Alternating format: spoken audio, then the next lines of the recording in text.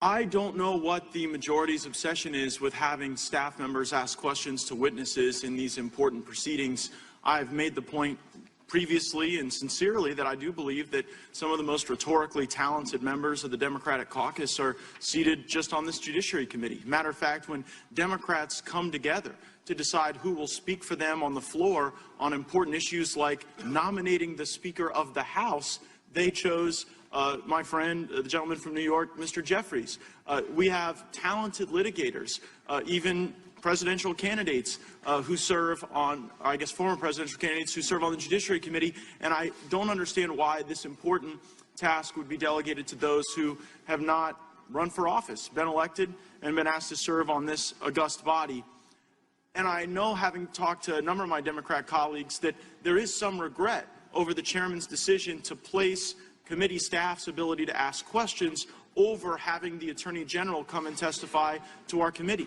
I actually think it's quite disappointing that we've not heard from the Attorney General during our time, and I think we would have had the majority been willing to allow the Attorney General to come and merely respond to questions from members of the committee. But this kind of paradigm of hiring CNN contributors onto the staff and then trying to turn our committee hearings into like some sort of a reenactment of a CNN show is probably less productive than allowing our members to ask pointed and substantive questions. And if we zoom out a little bit and sort of ask ourselves why we're here, it may be important to note that throughout all the majority's theatrics, they have failed to move the needle at all when it comes to the people in this country.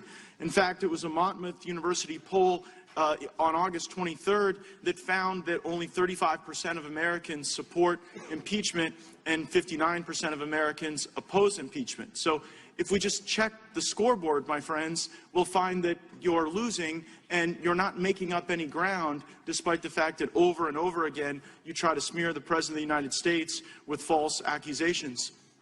I don't know quite what to call this. The chairman mentioned that he wouldn't be debating the lexicon as to whether or not this was an impeachment inquiry or an impeachment investigation. I've called it impeachment in drag, because we've sort of dressed up impeachment like an oversight hearing. Perhaps it's low-T impeachment or low-energy impeachment, but I would suggest that perhaps, or I would hope at least, that these proceedings are not more about the chairman's upcoming primary challenge than about the important work of the committee and about the country. Because if we look at, moan and groan all you want, because I mean, look, we've got circumstances here where you guys can't move the country, right? You don't have any support for this endeavor, and so we kind of lurch along with, you know, it's like a Seinfeld hearing. It's a hearing about nothing. It's a hearing about whether or not, when we have people come and give testimony, afterwards the president can write us a letter in response. This is more about defining our pen pal strategy than defining any sort of legitimate investigation.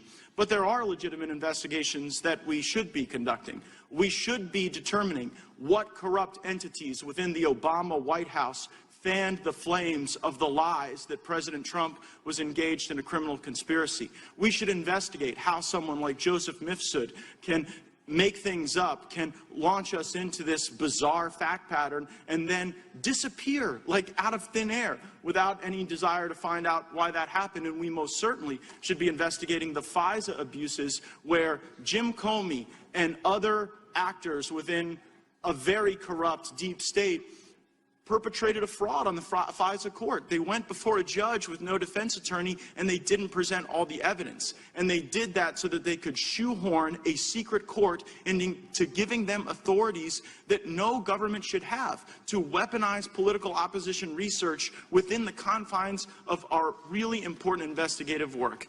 What Brennan and Comey and Clapper and McCabe have done to our country is deeply damaging, and it was my hope that as members of the Judiciary Committee we could come together, we could root out this corruption, and we could ensure that it never happens again to another president.